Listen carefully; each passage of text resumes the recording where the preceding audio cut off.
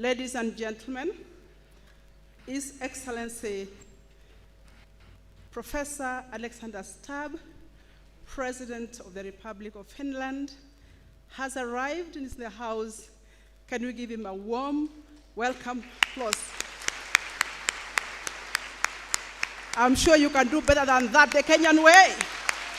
Wow, what a blessing. May I request you to continue to be upstanding as we play our national anthems in the following order. The anthem for Finland, Kenya, the East African community, and the choir will come to do the University of Nairobi, if I'm guided well, in that order, and they will also serve as a prayer for this occasion.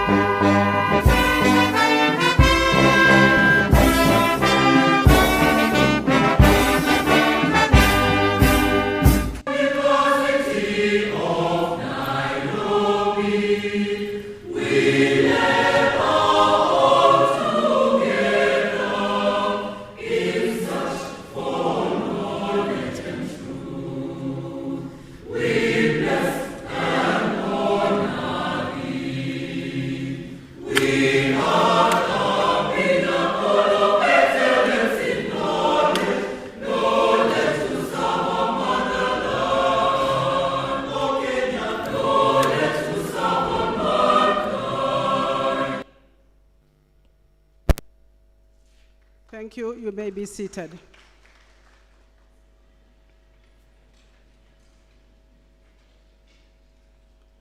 Your Excellency, Professor Alexander Stubb, President of the Republic of Finland. My name is Professor Jesang Hutchinson, the Acting Vice Chancellor of the University of Nairobi, and will be moderating this session. Your Excellency, the First Lady of the Republic of Finland, Madam Suzanne Ines Stubb. Your Excellency, the Second Lady of the Republic of Kenya, Dr. Joyce Kithure, who also happens to be a staff member of the University of Nairobi. Honorable Julius Migos Ogamba, our beloved Cabinet Secretary, Minister of Education of the Republic of Kenya, and also of the Parent Ministry. Professor Patrick Fakoyan, the Chancellor of the University of Nairobi. The Principal Secretary is present, notably Korir Singoe, who is in the house for our government, Kenya. Your Excellencies, the Ambassador of the Republic of Finland to Kenya, Honorable Pirkka Tapiola, other excellencies present, high commissioners and ambassadors, members of the university community, especially our beloved students, esteemed guests who have come, distinguished ladies and gentlemen, good morning. Your Excellency, at this juncture, with humility, allow me to invite our Chancellor, Professor Patrick Pakoyan, to officially welcome you to the University of Nairobi. Professor Patrick.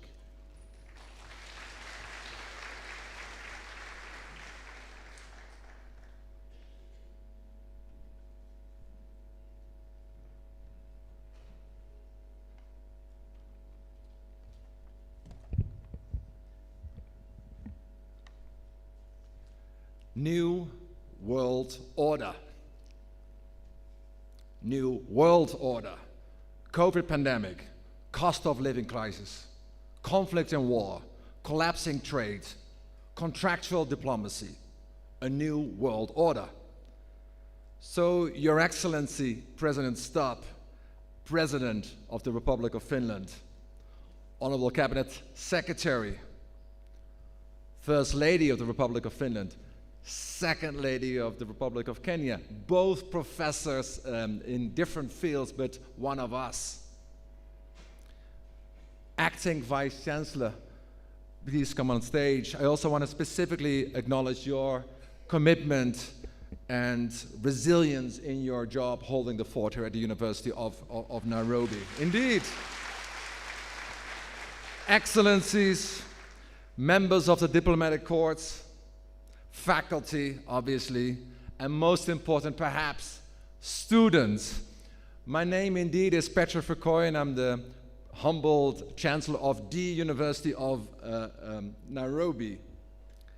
And President Stubb, if I may address you directly, protocol observed, you're not only a president. For those of you, the students here who don't know you that well yet, you are, sir, a global champion on global cooperation. And in fact, you're not only a president, but before that you were just also a minister, and not just a minister. Minister of Trade, Minister of Foreign Affairs, Minister of Finance, Minister of European Affairs, Prime Minister. But also, sir, Mr. President, you're a scholar, and we're very humbled having you with us today here at this very important type of hall here at the University of Nairobi. In welcoming you, Mr. President and First Lady, I have three messages. One on the New World Order itself. I know you wrote a book about it, so I'm sure we're going to hear about your sort of broad vision on it. But let me share three messages of three very close friends of yourself. The first one of Ngozi Okonjo, obviously head of the World Trade Organization. She reminds us every single day it is because of trade integration 1 billion people were lifted out of poverty, while at the same time millions were still on the sideway. Two, another message from another friend, Kristalina Georgieva, head of the IMF. Kristalina, very recently during the spring meetings, which you have attended as Minister of Finance, she was very explicit. We're now living in a world of low growth, high debt, and unprecedented volatility. It's resilience, which is the currency in the 21st century. And the third message is a message from a friend from this continent who was just here last month, President Adesina, President of the African Development Bank. And he said, let me quote him, the end of aid, it's the end of aid or free money for Africa, with budgets, development budgets being cut, being slashed. But he said, actually, it's a good thing. Because what Africa needs is not a handout, it needs investment. What Africa needs are jobs and a growing economy, not, I would say, not charity. And he said, this is the era about Africa first, but not Africa alone. My second message, which is very close to your heart, I know, on climate change. And I'm here to say, perhaps politically incorrect, that the Paris Agreement has failed. Emissions are going up year by year. The 1.5-degree world is far out of the window. The Paris Agreement was on life support for many years, and it was Donald Trump who pulled the plug.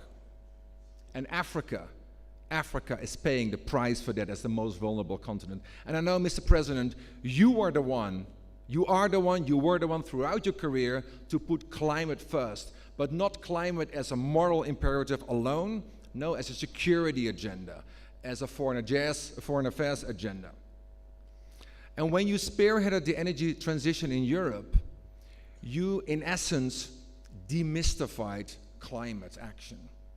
You indicated time and again, it's about jobs, jobs, jobs, which brings me to my third point and last point about jobs indeed. Here at this University of Nairobi, and I'm also delighted to have a very dynamic Minister of Education with us and the PS for Foreign Affairs. Every single conversation, whether it's in this university or any other university, this number comes up. 1 million graduates enter the labor force every single year, but only 1 in 4 lands a formal job. So in response to that reality where demographic imperatives drive the economy, the president of this nation, President Ruto, who you met obviously yesterday, together with us, together with the CS Education, together with the Prime Minister, we launched the so-called Big Five agenda. 5 big transformative initiatives.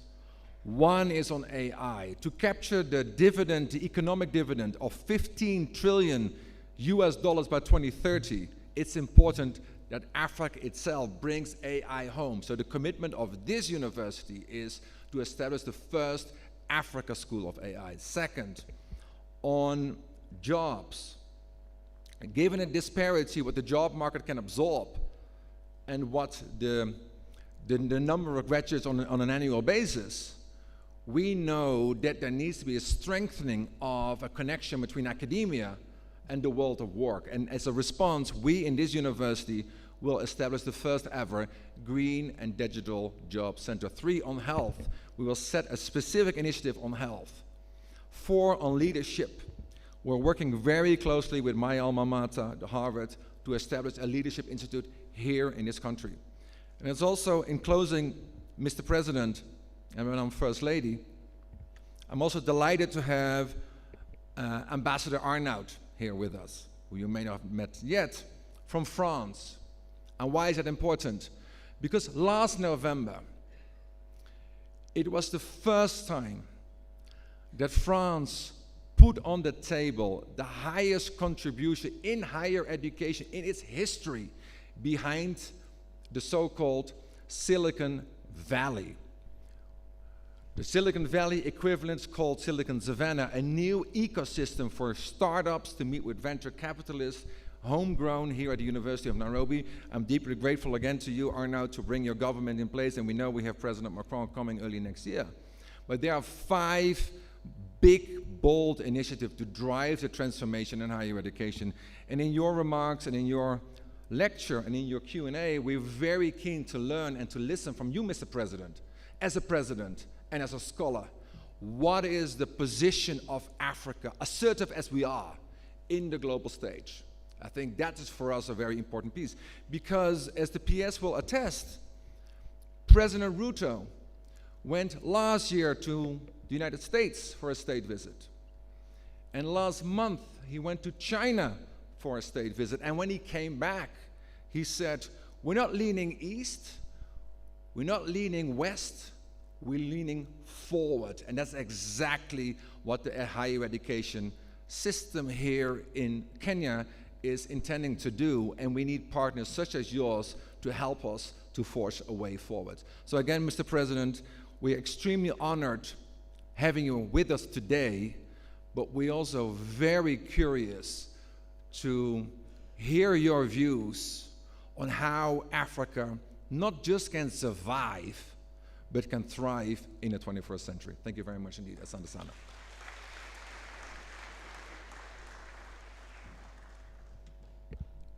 Thank you, Professor Patrick Vakoyen, Chancellor of the University of Nairobi. It's now my singular honor, opportunity, and with humility, may I take this opportunity to welcome the Cabinet Secretary of the Ministry of Education, it's our parent ministry, as I said before, Honorable Julius Migos Ogamba, to come and make his remarks. I will ask you, sir, as you make your remarks, that you will also take over the program from there and invite His Excellency to address us this morning. Thank you. Thank you, Prof.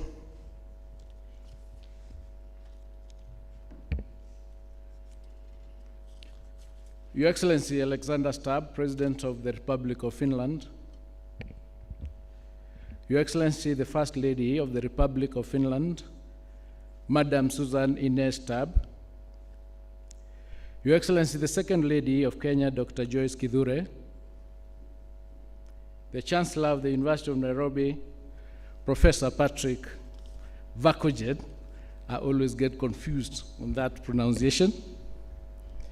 Excellencies, High Commissioners and Ambassadors present, the Acting Vice Chancellor of the University of Nairobi, Professor Hutchinson, members of the university community, distinguished guests, ladies and gentlemen, good morning. Morning again. It is my distinct honor to welcome Your Excellency Professor Alexander Stubb, President of the Republic of Finland, to the University of Nairobi. Your visit to Kenya comes at a significant moment as our two countries mark 60 years of diplomatic relations.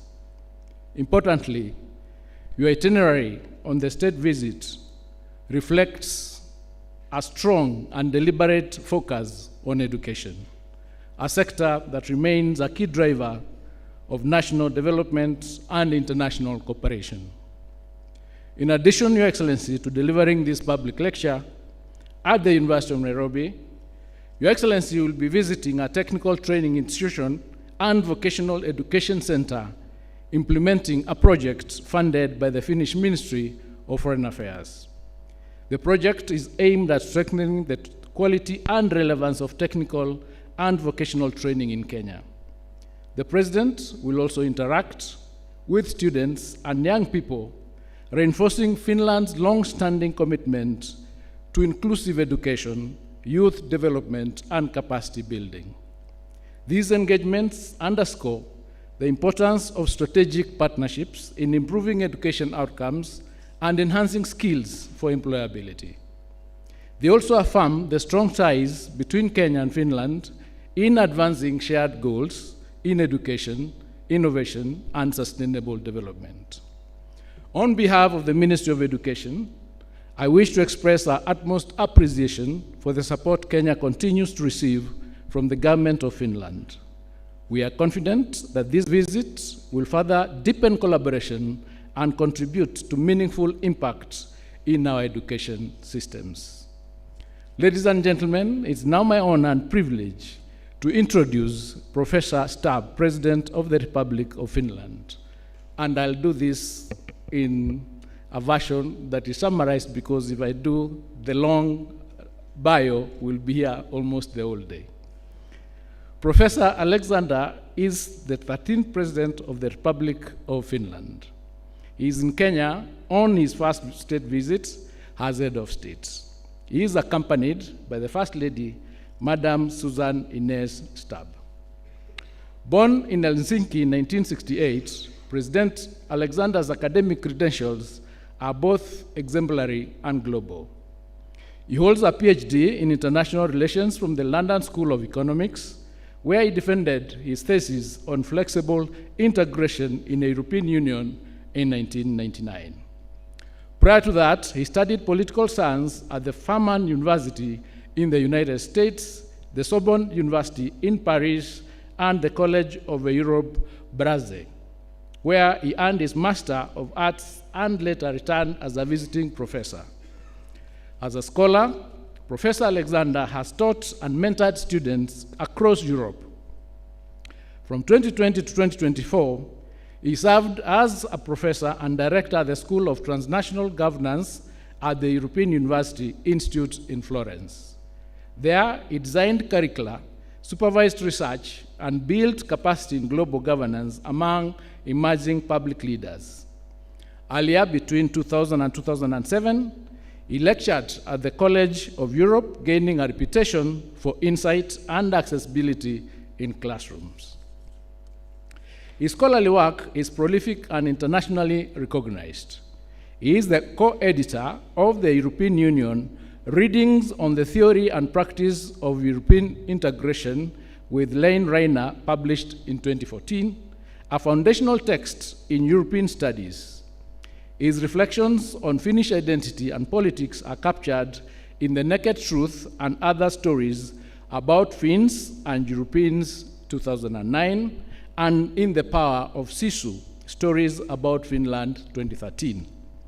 He reflects on national character, grit, and resilience.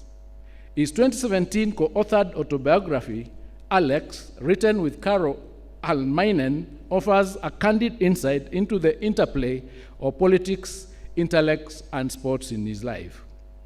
In public service, President Stubb has held some of Finland's highest offices.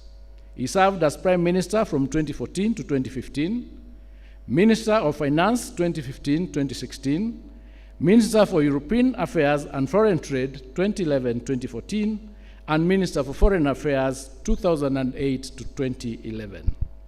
He was also a member of the European Parliament 2004 to 2008 and Vice President of the European Investment Bank 2017 to 2020. Throughout his career, he has influenced European integration, trade policy, crisis diplomacy, and economic recovery at the highest levels.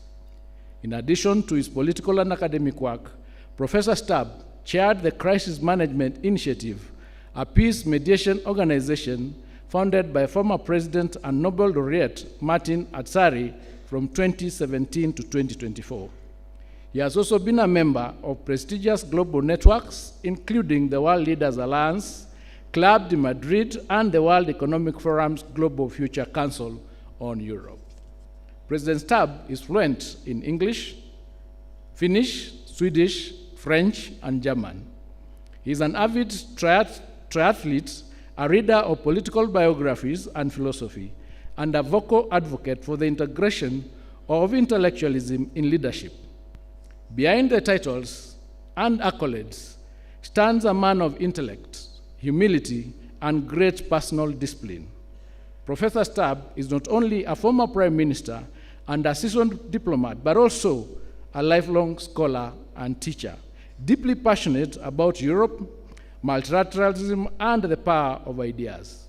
He has mentored students, debated policy in lecture halls, and written boldly on identity, diplomacy, democracy, and what it means to lead with both strength and empathy. He cycles, skis, writes, and reads voraciously. His presence with us today reflects a shared belief in education as a bridge between people and in youth as the stewards of peace. Ladies and gentlemen, please arise and join me in welcoming His Excellency President Stubb to deliver the public lecture. Your Excellency, you are most welcome. Karibuni sana.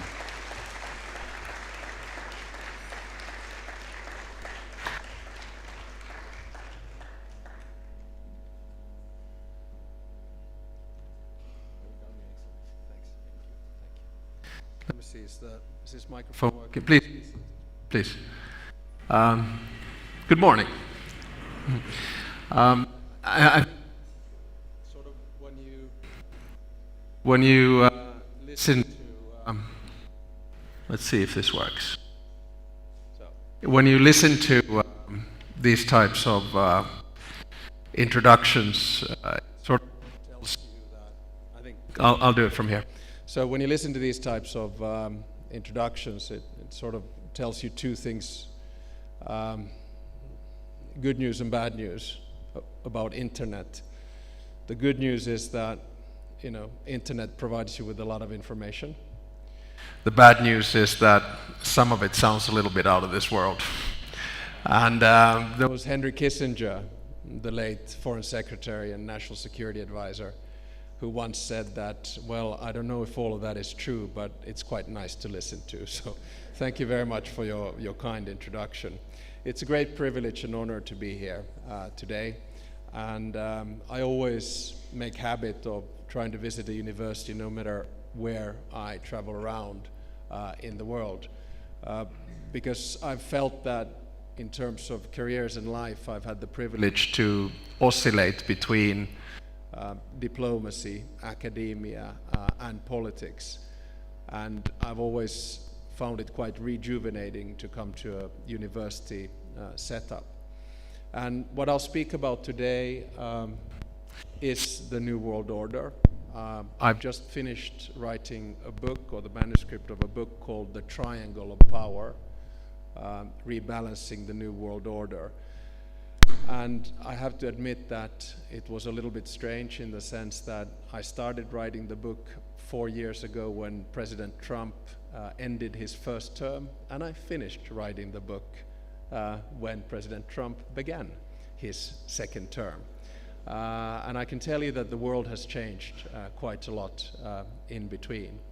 And the way in which I'll structure my little lecture today is to give you a brief introduction and then 3 points and a conclusion.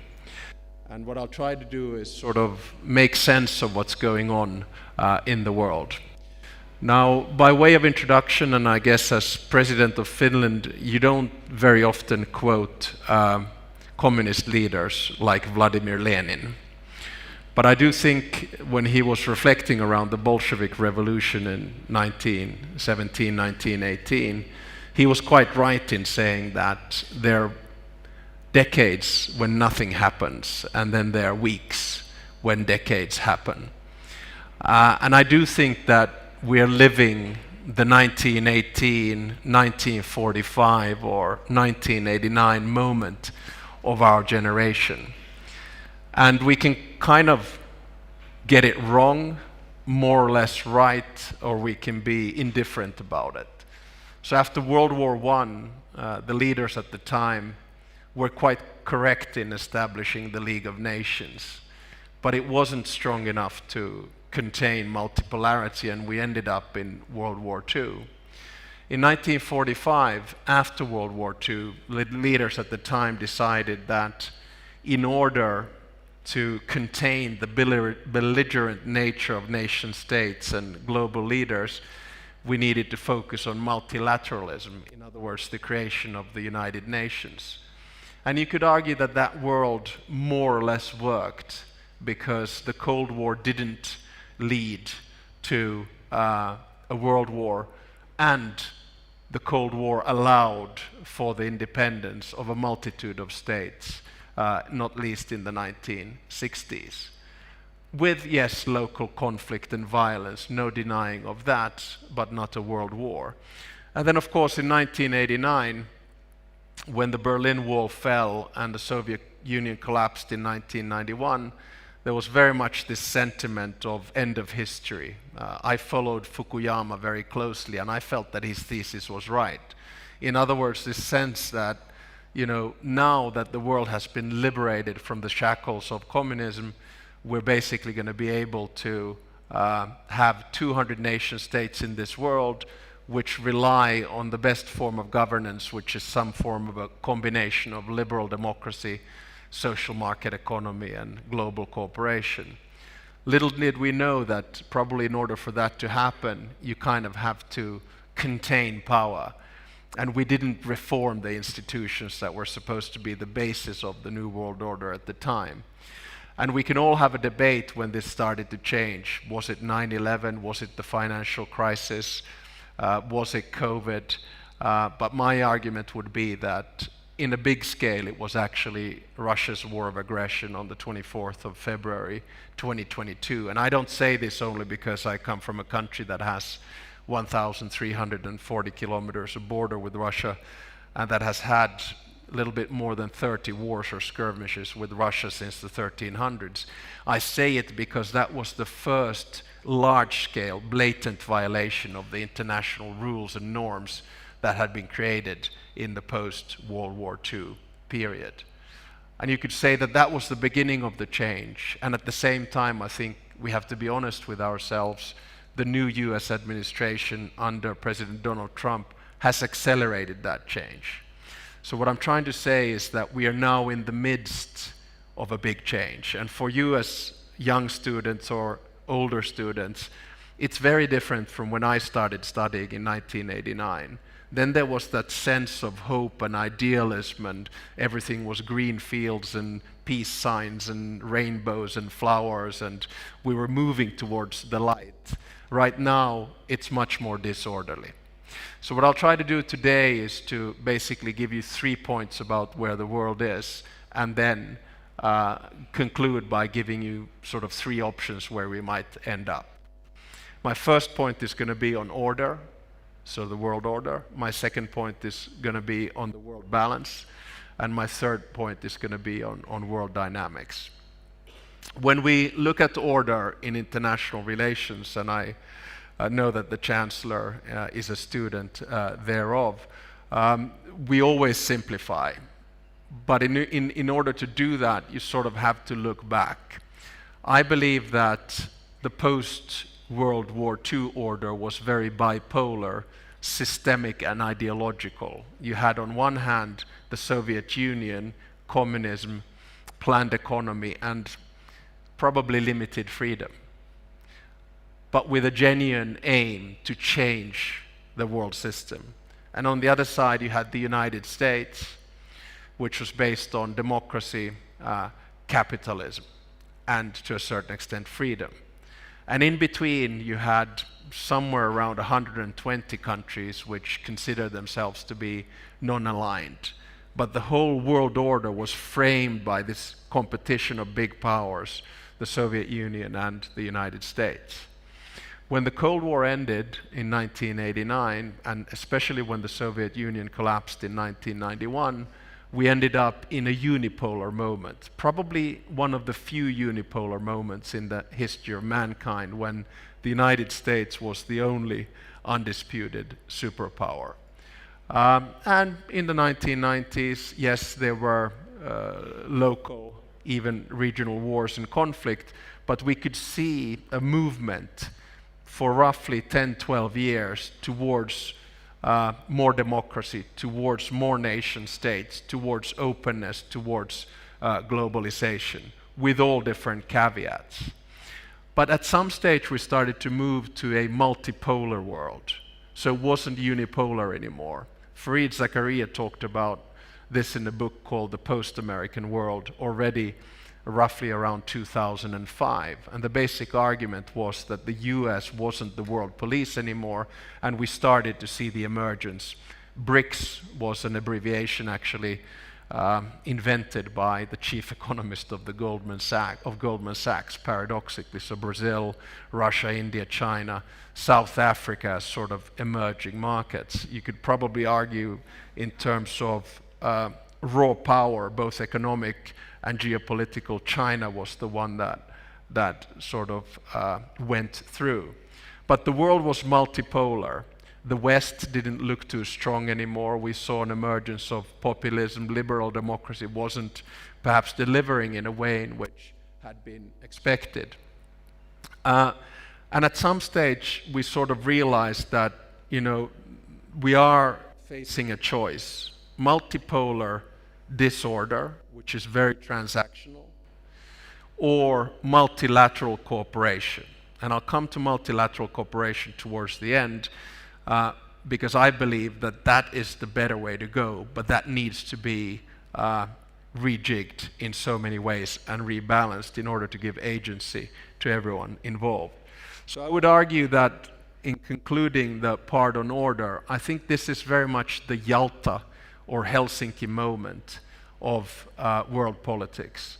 Of course, in Yalta, after World War II, it was the three winners of the war, the United Kingdom, Churchill, the US, Roosevelt, and then the Soviet Union, Stalin, who basically carved up the world. Yes, they created the UN, allowed it to be created, but they were the ones, the big ones, decided what the world order would look like. And to a certain extent, in the beginning, it was created very much in the image of the West. The UN, but more so the IMF, the World Bank, and later the World Trade Organization. Helsinki, again, that was about a security structure in Europe where statehood was defined. And it was more on an equal basis.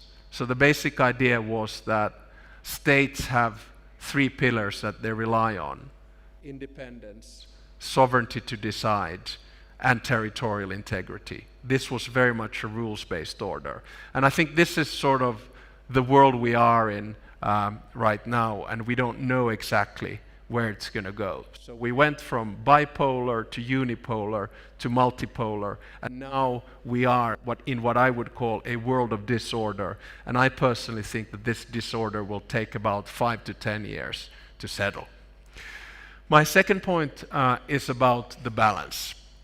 And here I fully admit that even in my book and otherwise, I do simplify things. But the framework that I'm trying to illustrate is that you have three spheres of power: global West, global East, and global South. The global West is roughly 50 countries. Yes, all of Europe, or most of it, North America, South Korea, Japan, New Zealand, Australia. They want to preserve the tenets of the current world order. And they are led by the United States, or perhaps I would say they have been led by the United States up until now. So we don't know whether the United States will retain the leadership of the global West, because of course we have seen that it is detaching itself from global and multilateral cooperation, going more towards transactions and deals. So question mark there. The second sphere is the global East. And the global East, in my mind and my definition, is roughly 25 countries, clearly led by China, followed by, for instance, Russia, and roughly 23 countries that vote with China and Russia in the UN Security Council. Of course, they are complete different pack. They are bound together by interest, but they do have one thing in common. They want to change the current order because they feel it doesn't benefit them strongly enough. The reason Russia is right now attacking Ukraine is not only because it's an imperial and colonial power, but because it believes as a bigger player that despite international law, it has the right to do so. So they want to change the order. The third sphere of power is the global South. And I fully admit that it is unfair to lump 125 countries together, ranging from 5 different continents. But my basic point here is that many of the countries in the global South could as well be part of the global West or the global East. But my basic point is that the global South does not want to make a choice between the global East and the global West. And now we are in a point in history where they don't need to make the choice. And therefore the whole thesis of my book and my lecture here today is that it is the global South that is going to decide what the new world order looks like. And within the global South, there are a few what I call middle powers or swing states that will decide the direction in which we go. Starting from Asia, there would be countries like India, Indonesia, moving into Saudi Arabia. On the African continent, Nigeria, Kenya, which is an anchor state of East Africa, South Africa, in Latin America, Argentina, Brazil, and Mexico. And the bottom line is that these are the ones who will tilt the world either to multipolar transaction and deals or towards a multilateral order. In order for it to be the multilateral, my argument is, and I'll finish with it, the multilateral institutions have to change. And this is the first time I think we are in a world where we're not anymore looking at big powers deciding where the world actually goes. We're looking at a world where a lot of countries, if they play it the right way, have agency. My third and final point before I conclude is about dynamics. So what is it that drives the order, and what is it that drives the balance? In my mind, there are three dynamics that do it. One is competition, and competition is not necessarily bad as long as it's contained. It can be geopolitical competition, it can be technological competition, it can be economic competition, trying to be the best possible at what you do. Now, competition is fine unless it spills over into conflict, which quite frequently happens unless there are some kind of norms and rules dealing with it. So all of those who want to see a transactional world, a competitive world where you just do deals, as we have seen, I think, in the past few months and years, they will find it quite frustrating in the sense that we see an increase of conflict. What we saw after the Cold War was a reduction of conflict, and most conflicts, even though they were lethal, they were local. So they were basically civil wars.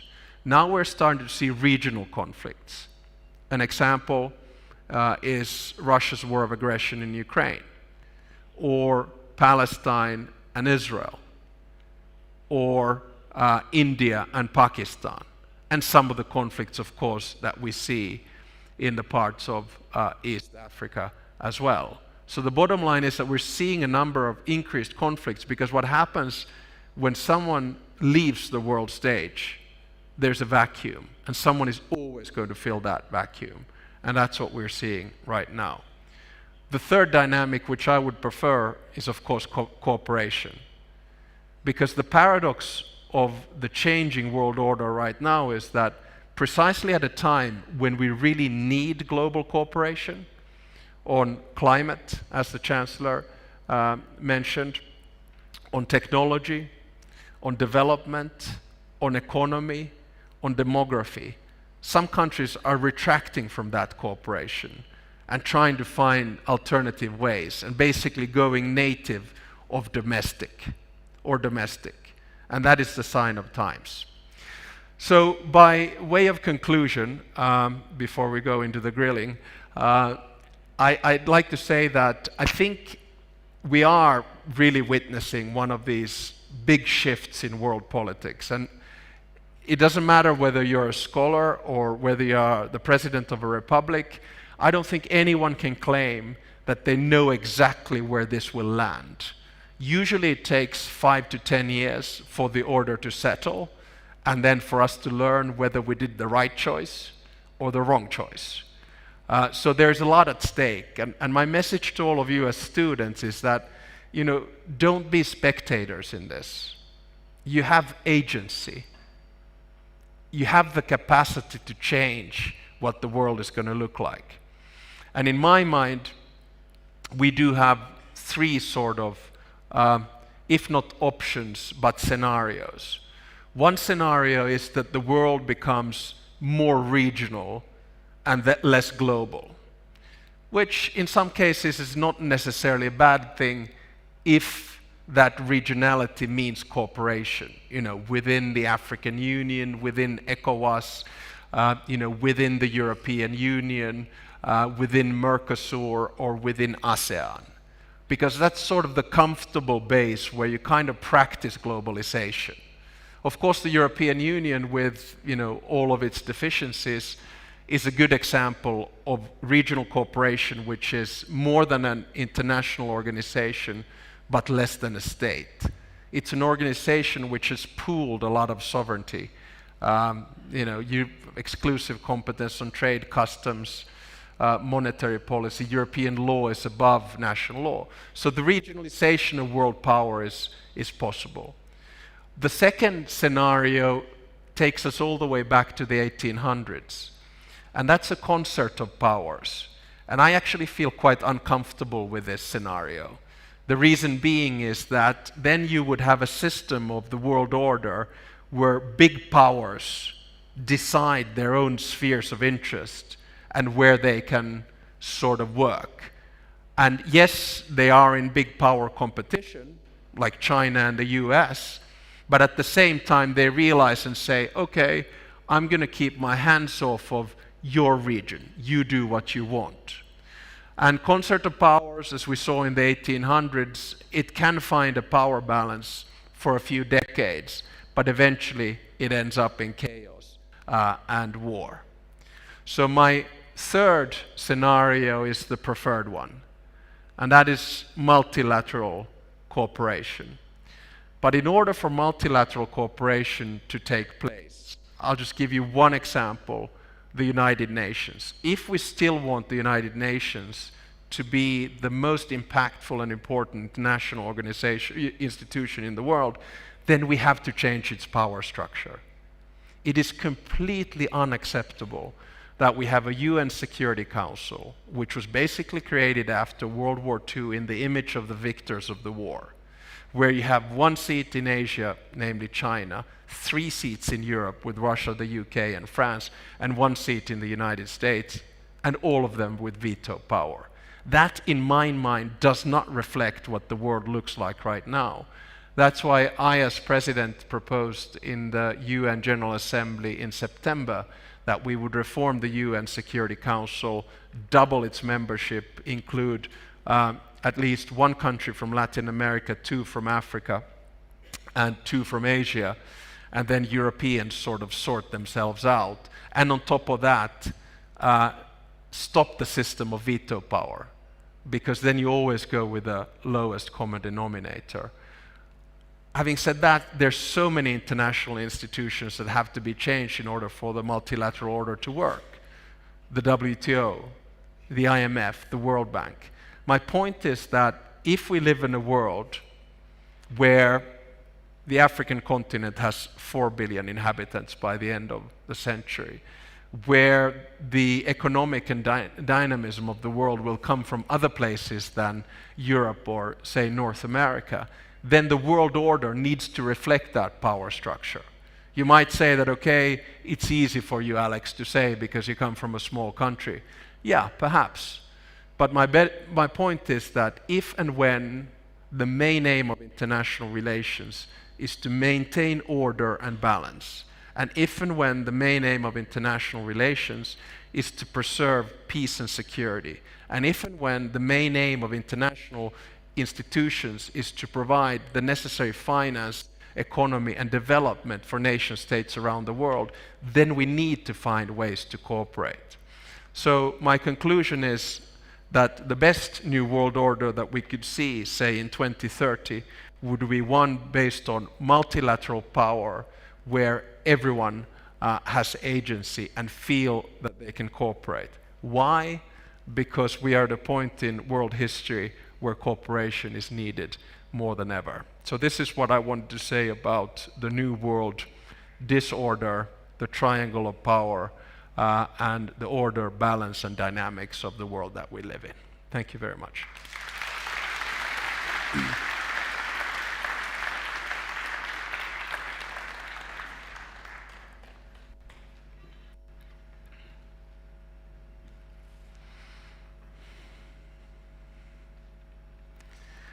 I'm just checking. Yep, mine is working now. Yours is working?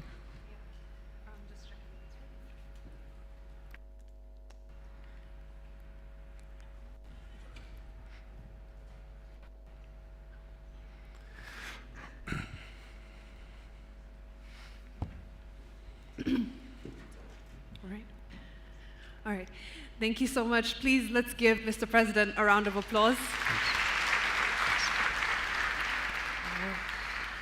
Thank you so much. I'll get into the audience a little bit later, and of course we'll get questions from you. I know there's a lot to pick from that. I've personally picked so much, and I'm hoping that we have enough time to get through it all.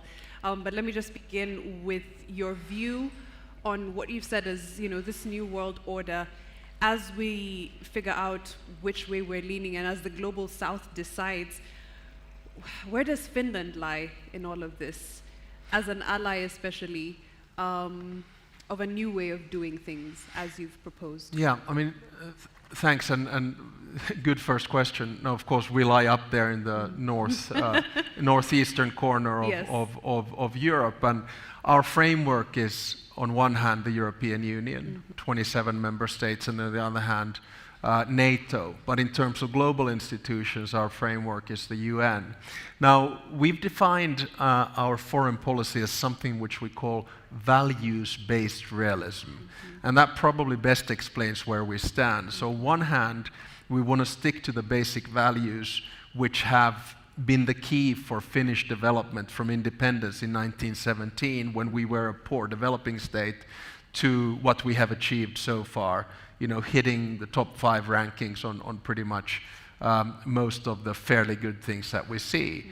And for us, those values are about freedom, equality, democracy, rule of law, human rights, fundamental rights. So a lot of the things that you see in the UN Charter, we felt that the civilization that we were able to create in geographically quite a complicated place, and certainly climactically not necessarily the ideal circumstance, worked.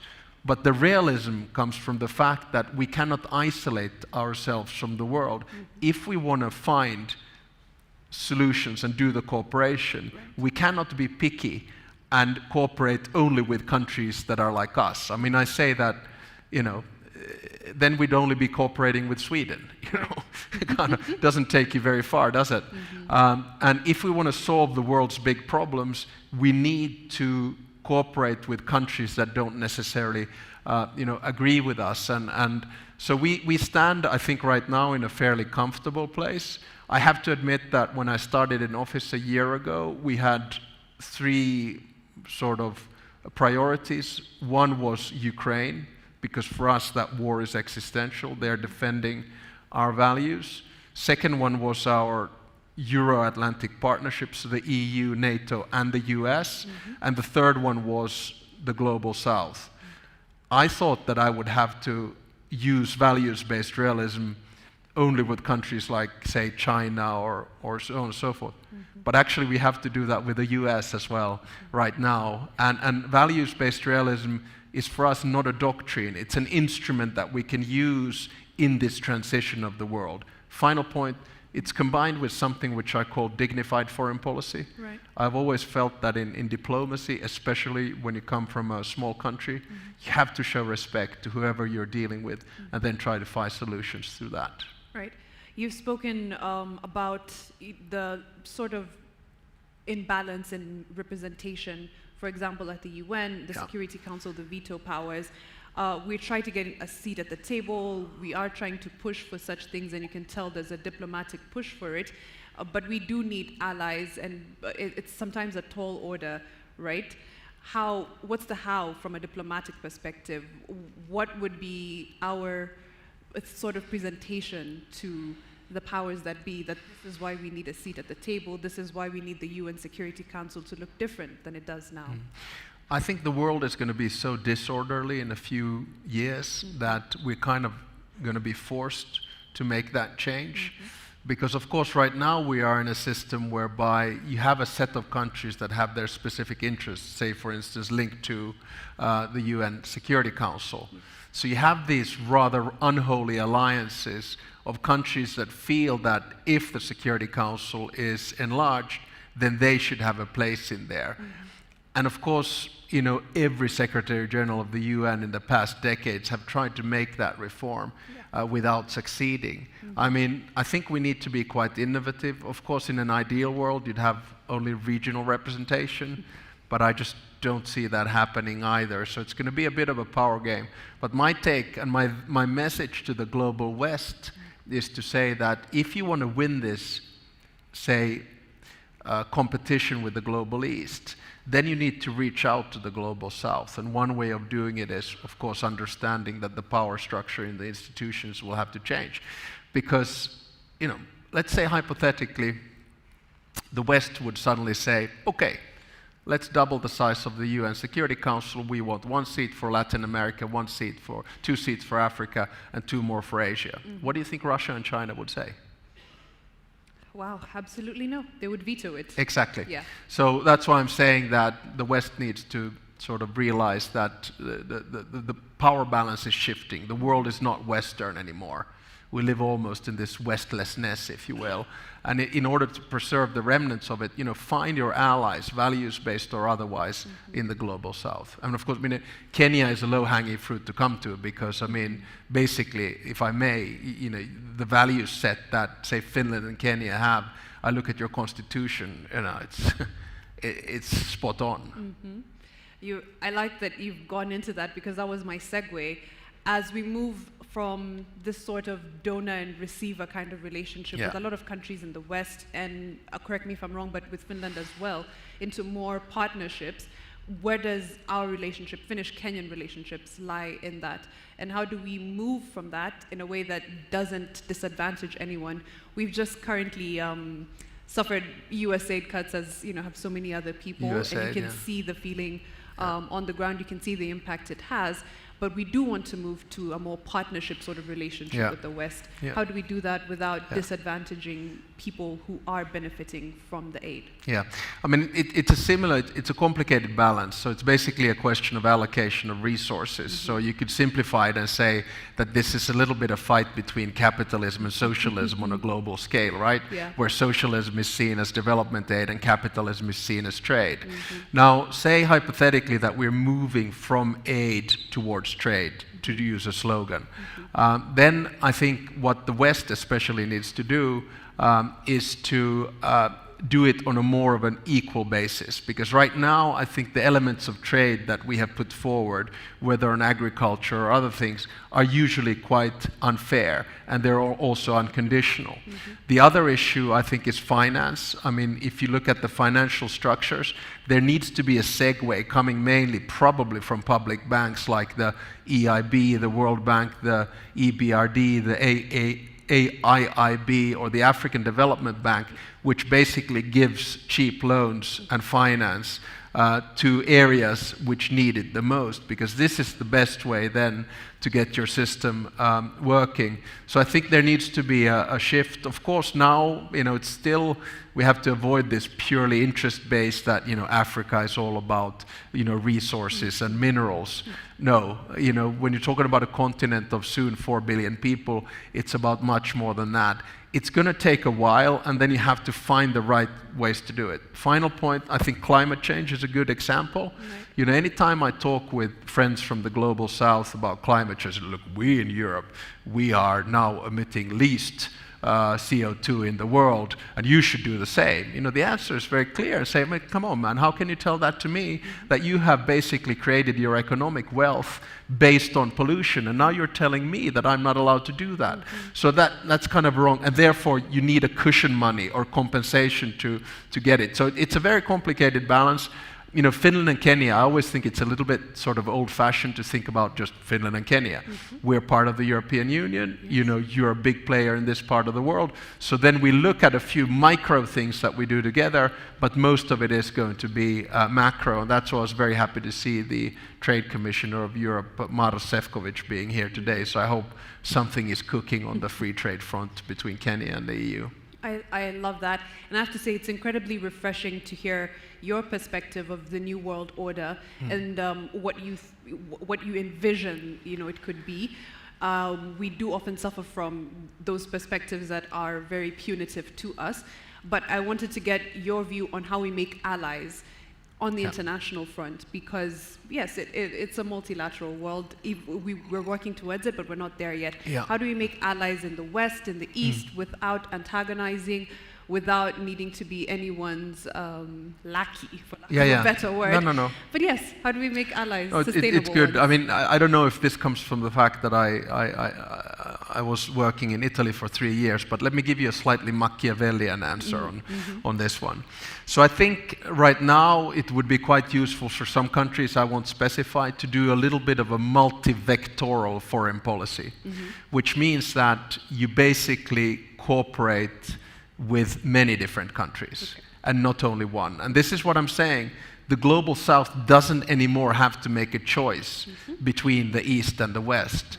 It has enough agency and power to make that choice themselves on where they go. And that's why I right now see a lot of African states and others playing game with the US, playing game with Russia, playing game with China. And I think that's probably the best way to do it right now. There was one thing I should have mentioned actually on the development of I think big infrastructure project is a good example.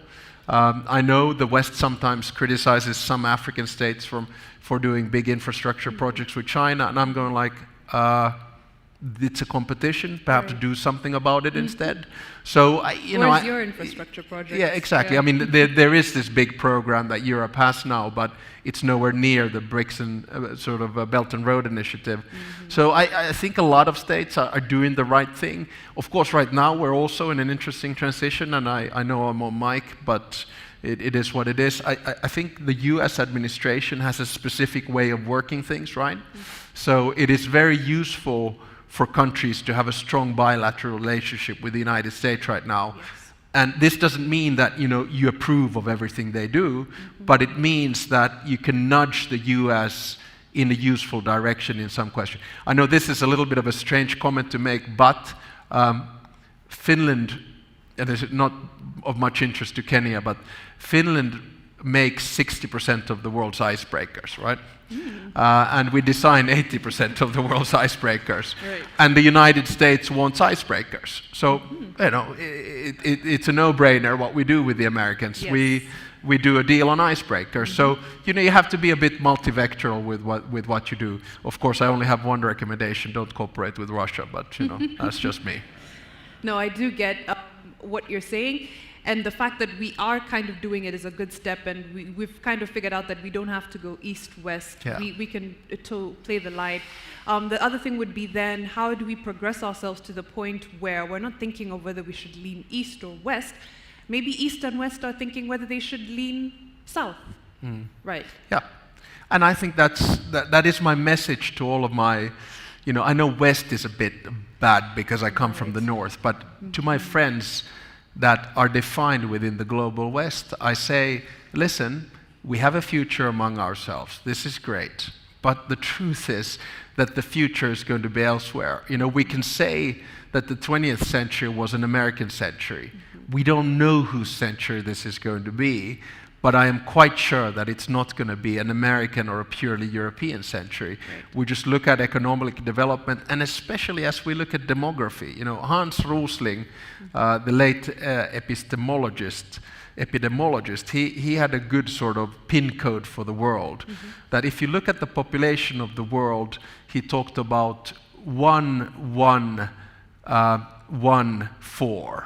So in the Americas, 1 billion, in Europe, 1 billion, in Africa, 1 billion, and in Asia, 4 billion. By the end of this century, this pin code is going to be 1145, and the 4 is going to be the African continent. So you don't have to be, an economist, or you don't have to have a PhD in development to understand where the future lies. And that's why I think the attitude of the West has to change. The mindset has to change completely.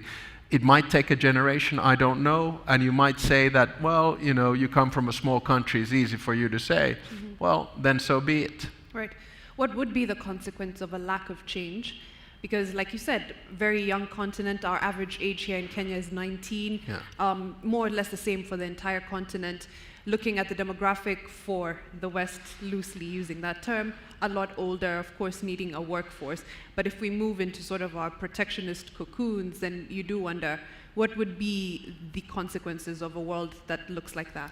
Well, probably disorder and transaction, and I think probably the two biggest drivers for change that we all understand. One is climate, because if you're not able to stop climate change and increasing temperatures, then life becomes impossible in certain parts of the world, and that means massive migration, which is extremely complicated to administer. So we need to cooperate on that. And then the second one, so you can't sort of go national cocoon, as you said. And the second one is, of course, technological development, which will work as a good instrument. You know, my take is that if you combine artificial intelligence with robotization, with quantum computing, with biotechnology, we're going to live in a world which changes the economy, the way in which we work, politics, the way in which we communicate, war, the way in which we conduct it, and then eventually science and the way in which we are as human beings. Right. And of course, this sort of fourth industrial revolution is so quick that if we don't contain it and find common rules, we get to the basic ethical questions. You know, when you know, through CRISPR technology you can change the DNA sequencing of an unborn baby, you know, then you're sort of at pretty fundamental questions, and we need to sort those out, and we need to do them together. So disorder happens if you don't have cooperation. Absolutely. The CRISPR, gene editing is a rabbit hole I would love to go down with the audience here, but we don't have the time. But I was thinking about the kind of technological advancements that we've made and how quickly they're happening. Perhaps what is the way in which to make sure that, and I'm going slightly off topic, to make sure that as we advance technology, AI moves, everything moves, gene editing, everything becomes a possibility, that we are not slowing down innovation, but also not having it become harmful long-term for humanity as a whole. Yeah. The EU has great data protection laws, but AI came and said, what is that? It's old-fashioned. Yeah. No, I mean it's of course it's the biggest question I think we have in the history of mankind. So I think if you look at AI, it's different from any other technology that mankind has ever seen. It's different from a computer, it's different from a mobile phone, it's different from printed press, radio, TV. It's actually an agent of power. So we are going to reach a stage whereby these large language models are going to be able to suss out things as they already do now, faster and more sophisticated than we do. The big question there is, and I say this as a tech realist, the key is that there's still human intervention in everything. When it comes to data, I think you ask a very relevant question, and I think if you look at China, the US, and Europe, just as examples, they deal with data very differently. And of course, data is the new gold and new minerals and new oil, etc. So in China, data is very centralized, and the government uses it, right? So it's got advantages and disadvantages, but we saw what the manipulation and use of data did during COVID in China. It's kind of a controlled life that you don't want to live. Yes. Then in the US, data is very much with private companies to whom we give consent. Whereas in Europe, the idea of data is all about data protection and the individual. And probably the right thing is to find a balance between these three, because as much as we enjoy data and it empowers us and makes life easier, there are elements which at least make me quite uncomfortable, and we need rules for that. So I'll just give you a simple example. I mean, okay, you don't need to answer this, but what's the first thing that you do when you wake up? Check your phone. Exactly. So that's your first data point. Secondly, some of you might have a gadget like an Oura ring, made in Finland, which monitors your sleep. Right. And that gives your heart rate, the quality of your sleep, and your heart rate variability, and also checks out your exercise. Next thing you do, you surf a little bit on the net, you get information. Someone somewhere is collecting that information. After that, you might want to go for a morning run, as I did this morning with Kenyan world champions. It was a really rainy morning. Where did you run? In the park up there. It was a bit muddy. The rain? Yeah. Wow. No, it was a bit muddy, which was good because then we had to go slow. Okay. It was like 12 Kenyan runners and a hippopotamus. So, Sorry, for context, the person calling themselves a hippopotamus is a triathlete. yeah. But Right? anyway, so and then so you go for a run, and then you download it to your app, and then you go to your fridge, you have breakfast, you probably ordered the food online. So before you go to the office, if you go to the office, there's a data print of you as a human being, which is quite broad.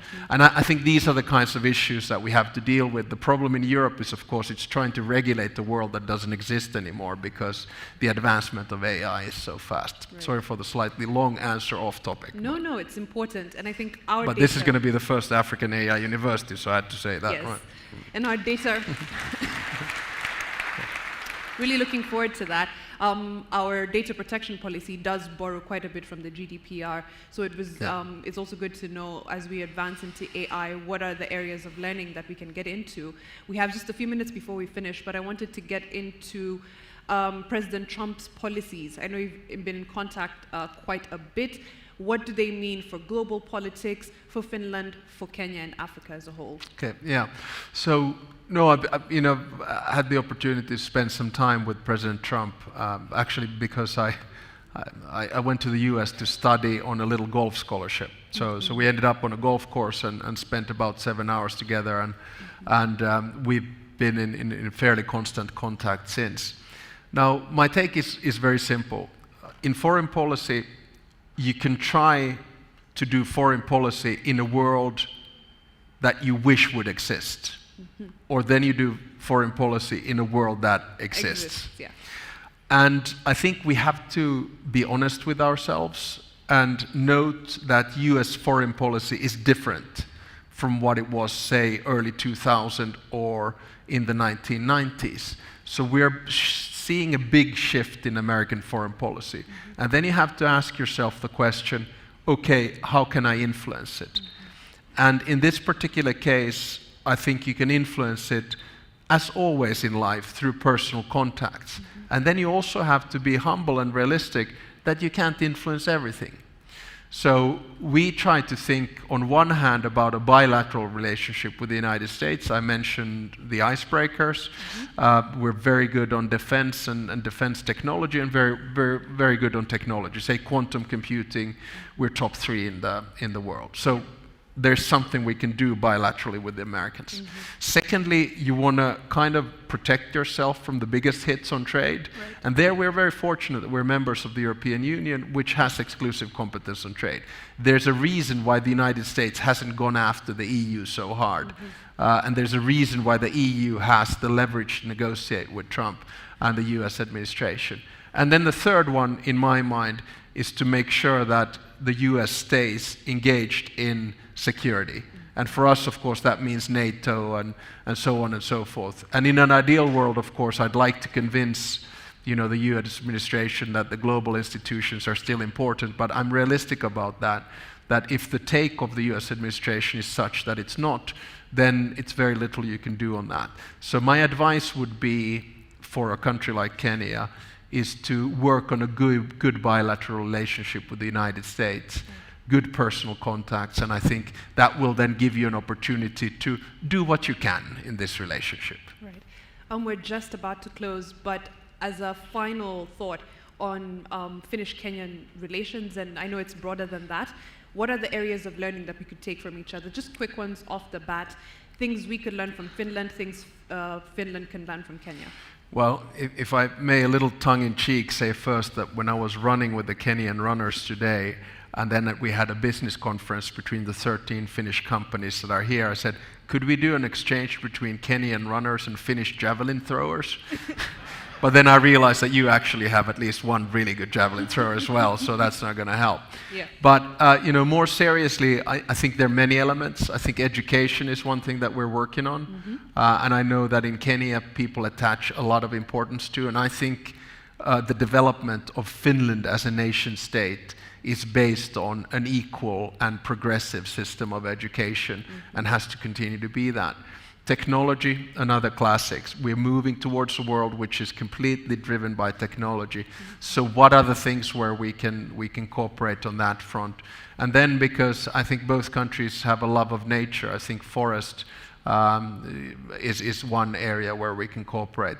But I think at the end of the day, it's not so much the public sector or people like me who advise, what to do together. It's people, it's companies and businesses that do this together. But I think a good starting point being here in university is to increase university exchange as much as possible. And I already had some crazy ideas to the chancellor there, so we'll see if they materialize. Right. I hope they materialize. All right, we're about to get into now a question and answer session, so please prepare them. As we do that, Mr. President, you are an avid triathlete. And for context, for the audience who may not know, I think if I'm not wrong, there's 5.6 million Finns and about 3.6 million saunas, or 3 million saunas. Finns love their saunas. So, Mr. President, if you had to choose one, never go into a sauna ever again, or never run another triathlon, or do a triathlon. Well, the thing is, I did the World Championships in Ironman in Hawaii, Kona, and I must say that's a combination of triathlon and sauna. Mm-hmm. I'd probably do a triathlon in a sauna. Is that okay? Oh, that's a very no. It's tough. I must say that part of Finnish, sauna is such a strong part of Finnish identity that in this particular case I would have to choose a sauna. You choose, okay. So the triathlon goes, the sauna stays. It does, but fortunately I don't have to make a choice. Yes, fortunately it's a hypothetical. All right, let's get into the audience questions now. Please just kindly raise your hand. All right, I see a hand there already. The microphone is roaming, so we'll start with where it is and then move on. Thank you.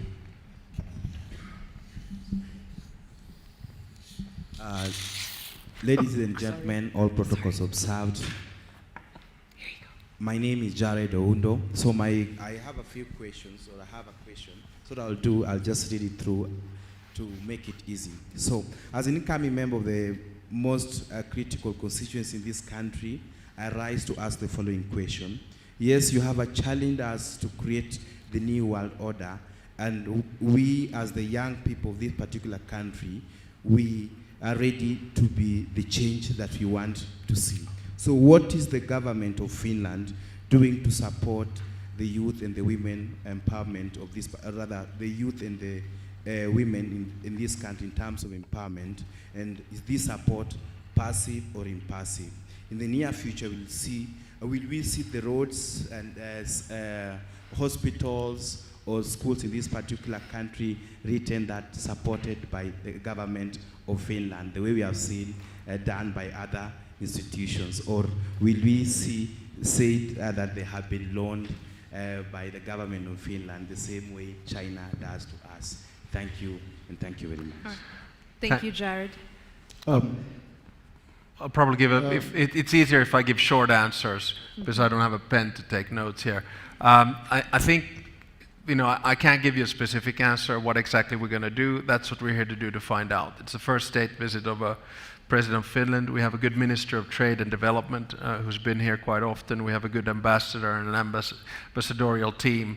We've had a lot of exchange on education. We signed a memorandum of understanding on peace mediation. When it comes to hospitals and others, we're probably not going to be like China, building a hospital or anything like that. But I think you need to look at, what the opportunities are. I think the European Union is a good place to go to. The European Investment Bank is another one. Okay, thank you, Your Excellency. I'm on this side, the lower side of, yes. Now, my name is Kenneth Umbongi. Kenneth Umbongi, I'm the Associate Dean of the Faculty of Arts and Social Science in this university, in charge of research and postgraduate studies. But I'm a historian. I work for the Department of History and Archaeology here. Your Excellency, thank you so much for your very eye-opening lecture. It took me back to the early 90s when one of my professors, Professor Gilbert Blue from Ghana, used to teach us that political scientists don't make good political practitioners, but you seem to be a contradiction to that, and congratulations. And in your lecture, you come across as an Afro-optimist. if I So may use, I'll take that title anytime. I'm using the words of a Kenyan political scientist, Professor Ali Masrui, Afro optimist. And thank you for that. One small question, sir. You could agree with me that Africa presents a very complex landscape where promising democratic aspirations coexist with the governance challenges, and where vast resources of wealth, whether you're talking about minerals, gold and diamonds, often accompanied by persistent inequalities all across the continent, and where efforts towards regional integration have been made, there are challenges where national realities contradict regional cooperation. Mm-hmm. My simple question then is, how can African states navigate their internal contradictions to play a strategic role in what you see as a multilateral world, and what kind of external engagement can support this without fostering the traditional dependency? Thank you, sir. Yeah, thanks. No, good question. Of course, there's no silver bullet. And, I'm not going to sit here and give advice to Kenya or any other African nation on how to do things. I think we've had enough of that in world politics. All I can say is that I think the basis of the success of a country like Finland, which, again, I remind, only gained its independence in 1917, and at the time was a poor developing country, there are a few basic tenets that I think work with it. One is that we stayed a liberal democracy, and I believe that liberal democracy is still the best form of governance with all of its twists and turns. And of course, a liberal democracy then means a strong system of rule of law, a clear separation of powers between the judicial, executive and legislative branch. And I also believe that the economic system that a country needs to have is a good basis or combination of openness, private sector thriving, and entrepreneurship, combined with a strong social security system, which basically helps those people who are not able to cope. Why do I think democracy is better than autocracy? Because a democracy can usually change itself. And of course, through elections, it does. So that's the only advice I give. Of course, your situation is very different from a country like Finland in the sense that your demographic curve is good. Ours is not. Mm-hmm. When you have a population where the average age is 19, then I would imagine that the best way to go about it is to give youth a voice, because they are the ones who then go ahead and change the world. And I personally firmly believe in something that I call reverse mentorship. I think that the times in the world where wisdom lied in experience and age, I think that's gone. And I find that with my kids, that I learn from them all the time. If I can give you and the students here a personal piece of advice, I think always be open and curious. I think that's a good starting point. Mm-hmm. And if you're open and curious, that means that you're probably going to have a diversity of careers. I come from a generation where you study, you work, and you retire. Mm-hmm. I hate to say this, but you come from a generation where you study, mm-hmm. you work. Mm-hmm. You study, mm-hmm. you work. Mm-hmm. You change jobs, you study, you work, and then you die.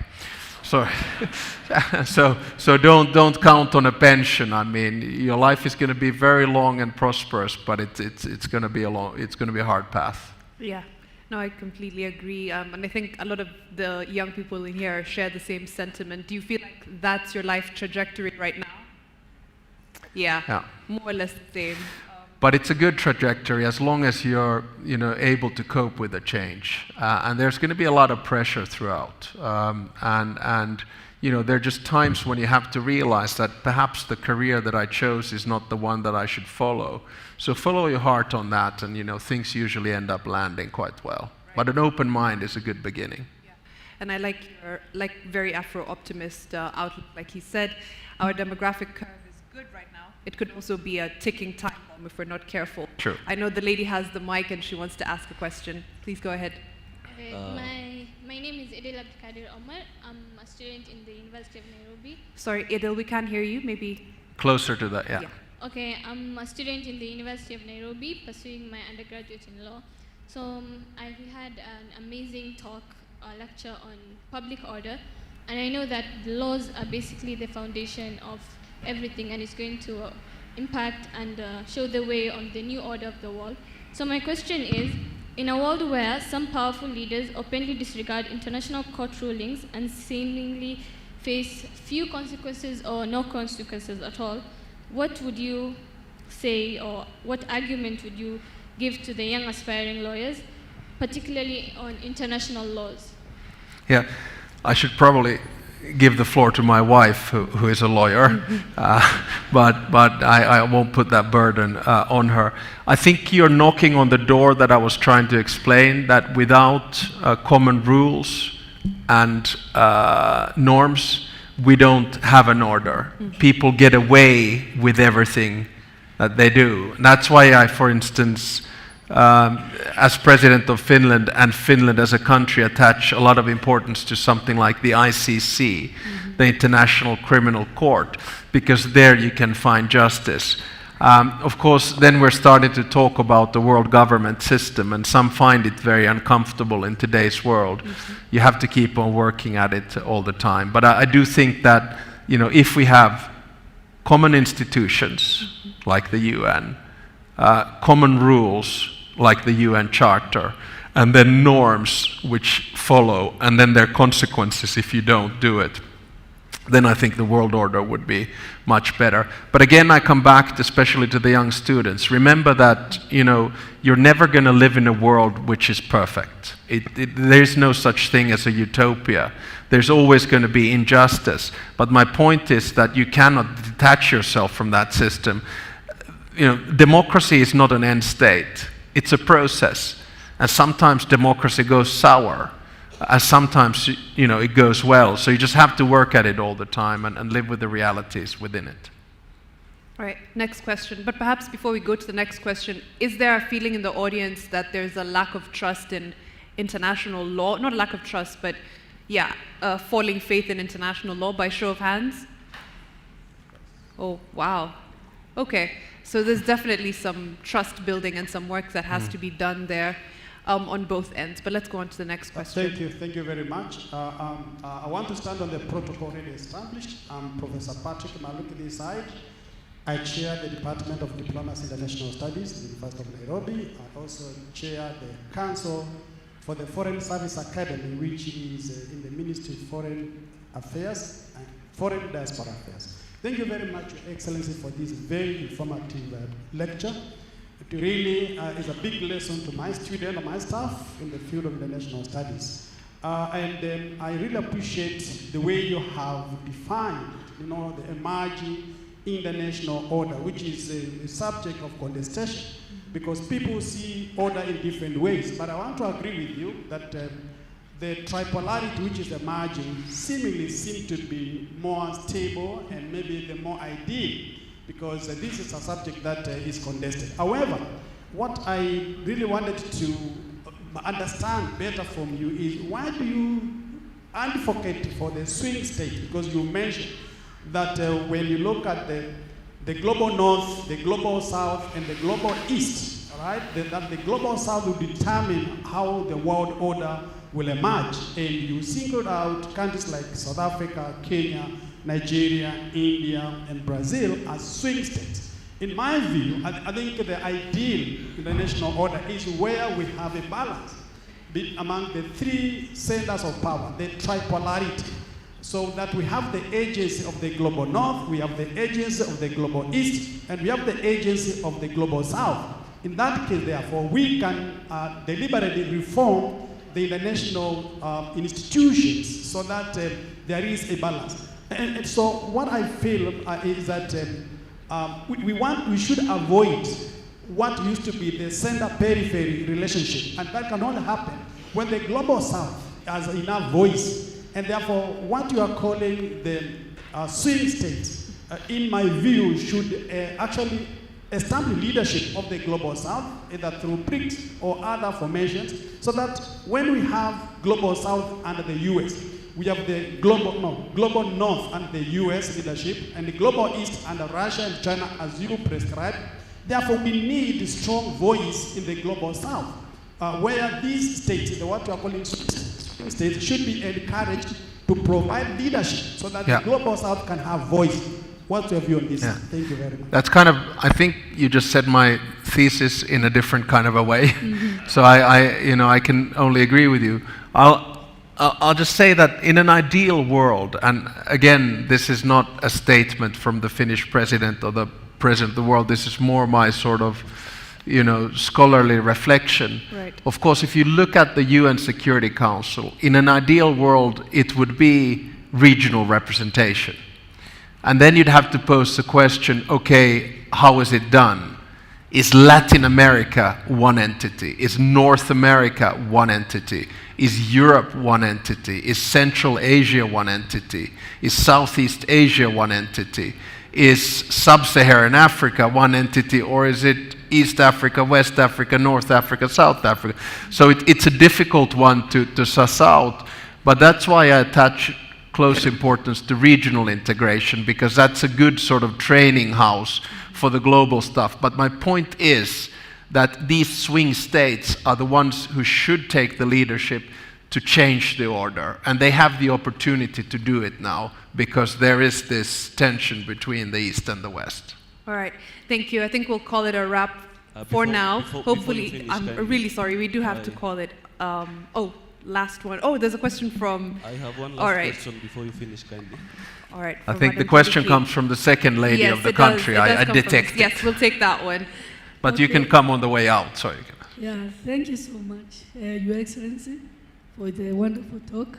And I'm Dr. Joyce Kidole. I'm also a senior lecturer in the Department of Chemistry. So my concern are two about the security, especially in Kenya, or even Africa. I can say that, and also the climate change issues. So I find that for 60 years now, we have been in that collaboration between Kenya and Finland, and especially on the education, climate change, the climate resilience and all that. So I'm asking, because now Kenya, even Africa, the climate change has become a very threatening issue. What hope can we have there? What can you tell us? Or what advanced stages do we have in this? Because it's really becoming a threat. And then the other one about the security, I was asking whether there's any advanced way of fragmenting in this advanced way of security in this fragmenting new order. Yes. Yeah. No, it's if I may lump those two together, because I actually think that climate change and security go quite often hand in hand. And there's a reason why we signed a memorandum of understanding on peace mediation, because I think the DNA of conflicts and security in different regions is quite similar, and I think we can cooperate on that. And the second one on climate change, I do think it's self-evident that the technological solutions that we can have on both sides coming from Kenya and Finland are going to be quite useful. We've been able to set up our energy portfolio in such a way that it is climatically sustainable, but has to be rejigged, but at the same time broad enough that our security doesn't suffer. So the example that I give is that when Russia attacked Ukraine, we were able to detach ourselves from Russian energy like this, both oil and gas, without any kind of major consequences. And I think that's a key element in it. All right. Everyone? Let's please give His Excellency, the President of Finland, Alexander Stubb, a round of applause and a big thank you. And thank you so much for being an amazing audience. I'll let the Vice Chancellor now go in to give a vote of thanks. Thank you so much, Professor Hutchinson. Thank you so much, Mr. President. It's been a pleasure, an absolute pleasure. Please give him a round of applause. Thanks.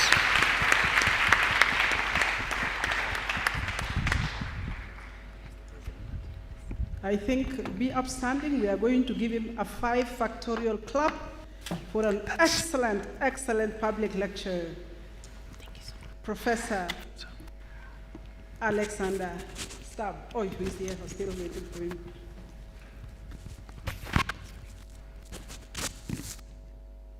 Sorry, microphone. No, we are patient.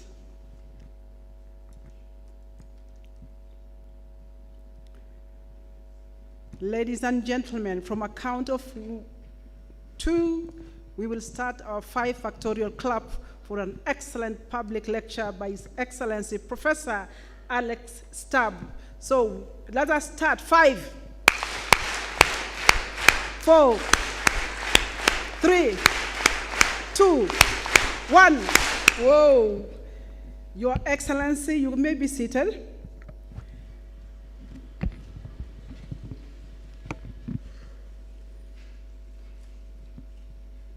Your Excellency, Professor Alexander Stubb, the President of the Republic of Finland. Your Excellency, the First Lady of the Republic of Finland, Madam Susan Ines Stubb. Your Excellency, Dr. Joyce Kithure, the Second Lady of the Republic of Kenya. Our beloved Honorable Charles Julius Migos Ogamba, the Cabinet Secretary, Minister of Education. Our own Chancellor, Professor Patrick Vakoen. The principal secretaries represented here very powerfully by Dr. Korir Singoe. The Ambassador of Finland, Pirkka Tapiola, thank you for an excellent job. Excellencies, ambassadors, and the High Commissioners, members of the university community, esteemed guests, distinguished ladies and gentlemen, and a very able moderator, thank you very much, ladies and gentlemen.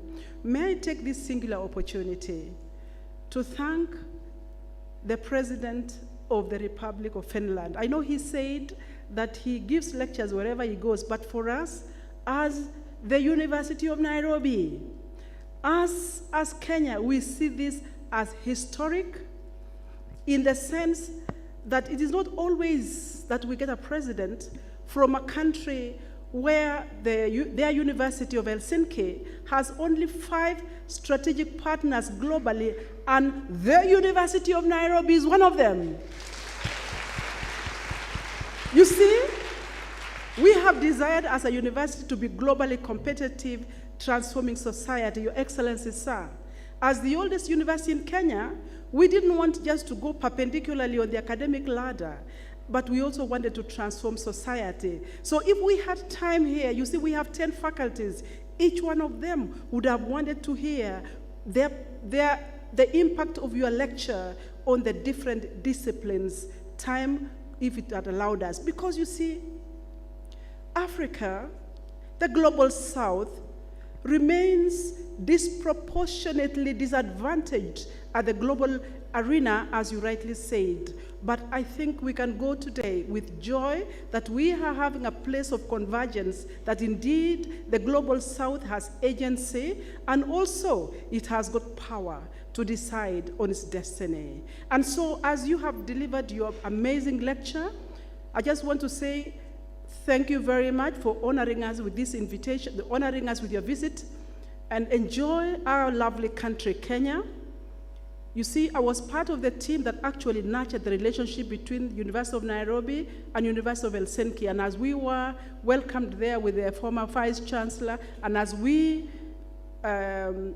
welcomed and enjoyed the company of a total 23 members of staff from University of Helsinki, including their rector, that we think that your visit to Kenya has deepened this relationship to another level.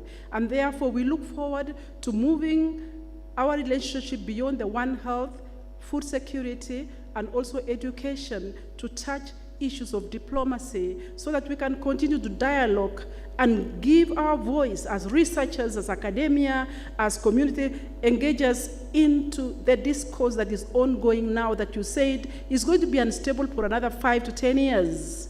We pray that God will keep us to be able to see how this will span out. But one thing you can go is that we are more determined than ever to chart our own way forward with partners such as Helsinki, And a friend of mine was whispering to me as I was sitting there that I wish President Alexander was the President of the United States, but that's another story for another day. First Lady, we appreciate you for accompanying the President. We know that behind every strong man, one who is passionate, one who is sober, one who is articulate, there is always a woman behind him, and we appreciate you for the role that you play and even for visiting our country. Our government, we do appreciate His Excellency for hosting the President of Finland. And today we have Honorable Julius Mikos-Ogamba representing the government of the Republic of Kenya. We don't take that for granted. From your busy schedule, you came to represent and make a statement of where the government stands in terms of the partnership between Helsinki, Finland, and also our country. And so may the Lord bless you even as you chart the transformation agenda for the higher education in Kenya. Our Chancellor, what can we say? Thank you for visiting with us. And as you have heard, we also have the Second Lady of the Republic of Kenya right here as a staff member of the university. And I think all of us, we have a value add from the diplomatic corps that have come, from the students. Thank you, students, who we could not have done this without you. Thank you, because you are the ones who are going to champion the transformation in our country. You see, Your Excellency, to mount such an event was not easy, but so I want to appreciate every last one, from the protocol team, those who have actually done the public address system, those who have made this hall. By the way, Taifa Hall is very unique in the sense that it has hosted great men, including, but not limited to the President of France, but also the former President of the United States of America. And so we are here privileged. We don't take this for granted, but we want to invite you. Anytime you pass through Africa, make this your home. Just as you have touched the soil of Africa running, we can also tell you that Kenya prides itself as the world champion in terms of athletics. And if protocol would have allowed me a little bit of space, I would have actually nicknamed you Kipchumba, because then you can come and run with Kipchoge, and then we shall give you accolades. So I want to thank every last one of you, those of you online, and also those who have come today to honor the presence of the President of the Republic of Finland. And if I have forgotten you for one reason or the other, including our choir, I would have loved to hear your voice as you entertain the President, but time did not allow us. So may God bless each one of you as you go to other duties and make University of Nairobi a home away from home. May God bless you, and thank you for coming again.